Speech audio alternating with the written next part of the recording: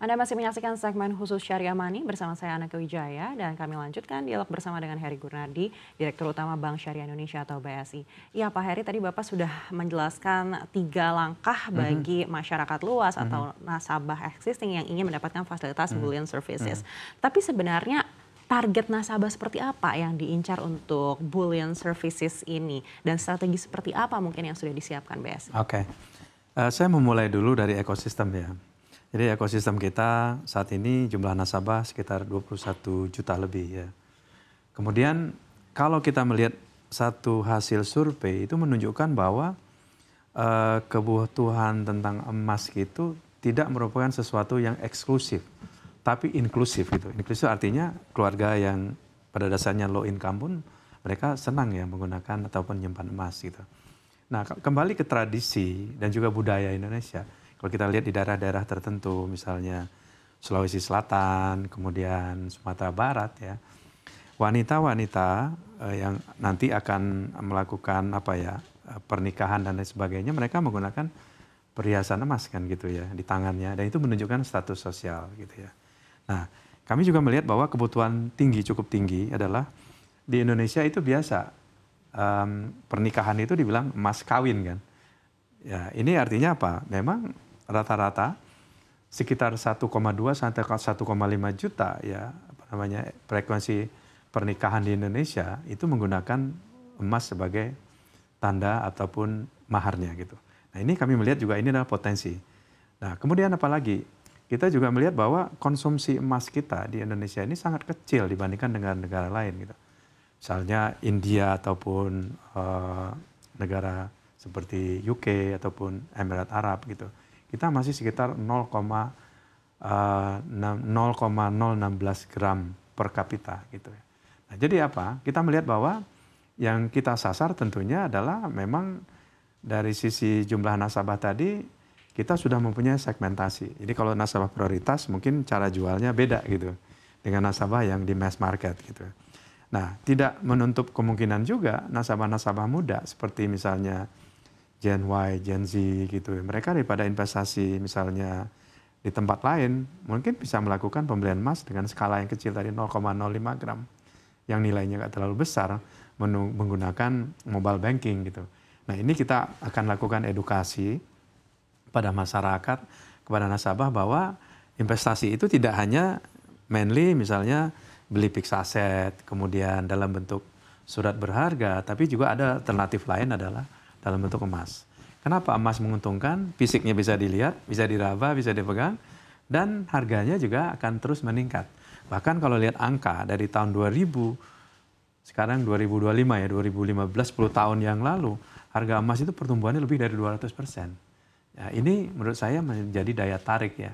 Dan segmen-segmen tadi kita mulainya segmen yang memang tidak terlalu besar income-nya, tentunya kita tawarkan yang lebih besar. Tapi segmen menengah ataupun priority, mereka akan mendapat penawaran yang lebih besar. Jadi memang kita harus matching gitu antara need customer dengan penawaran yang dilakukan oleh banking.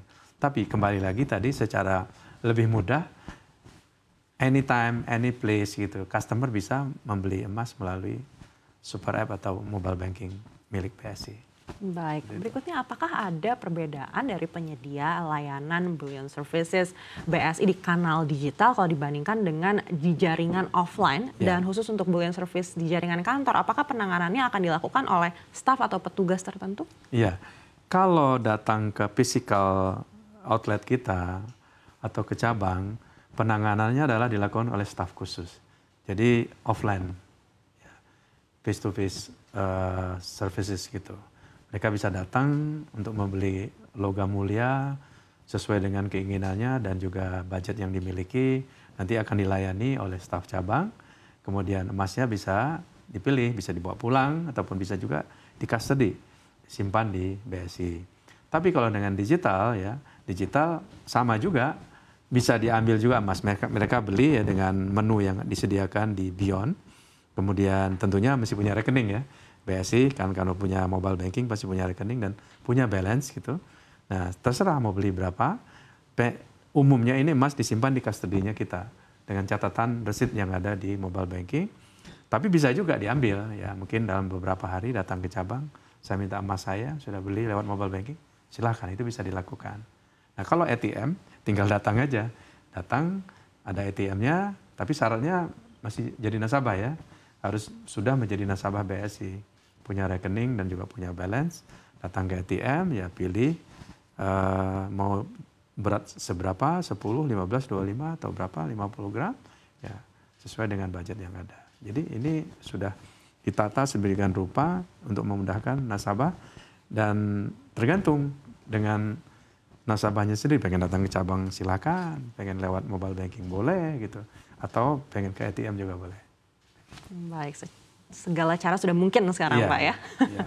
Baik, dan berikutnya penerimaan izin penyelenggaraan aktivitas bullion bank ini diterima BSI bertepatan dengan momentum kita tahu harga emas global ini sempat mencetak rekor lagi Pak kemarin dan terus menanjak begitu ya. Dan kita juga sudah memasuki masa Ramadan.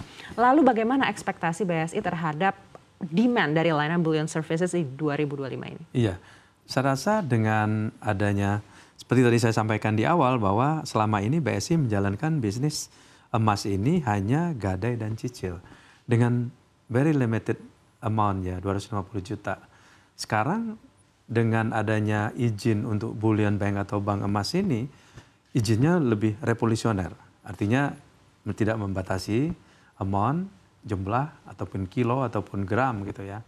Dan servicesnya lebih banyak, gitu. Bisa menjadi agunan untuk pembiayaan, atau underlying untuk loan, kemudian bisa trading, jual beli, bisa custody, bisa nitip gitu ya. Dan ini menurut saya satu langkah yang sangat baik ya untuk mengkapitalisasi emas-emas yang tadi mulai dari hulu sampai hilir itu nanti bisa dilakukan peningkatan layanan atau services oleh bank gitu ya.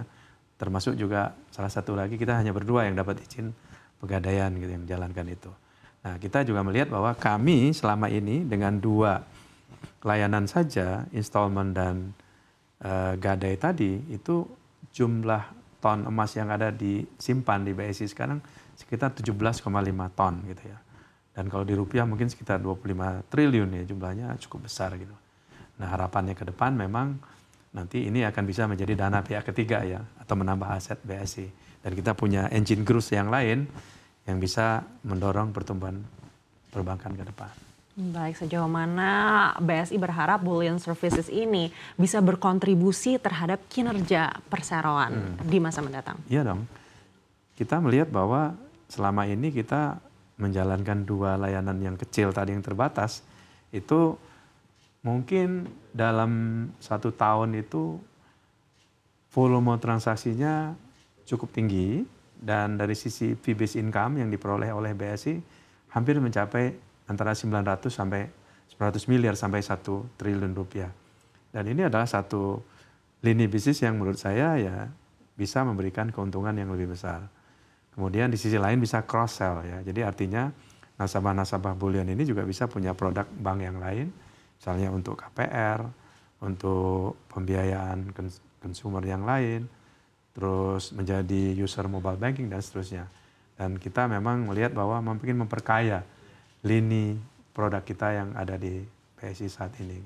Baik, proyeksi Bapak pribadi sendiri nih Pak Heri. Seperti apa sih bullion services ini akan membawa BSI? Apalagi kita tahu BSI ini kan juga sudah go global gitu, sudah ada di negara-negara lain.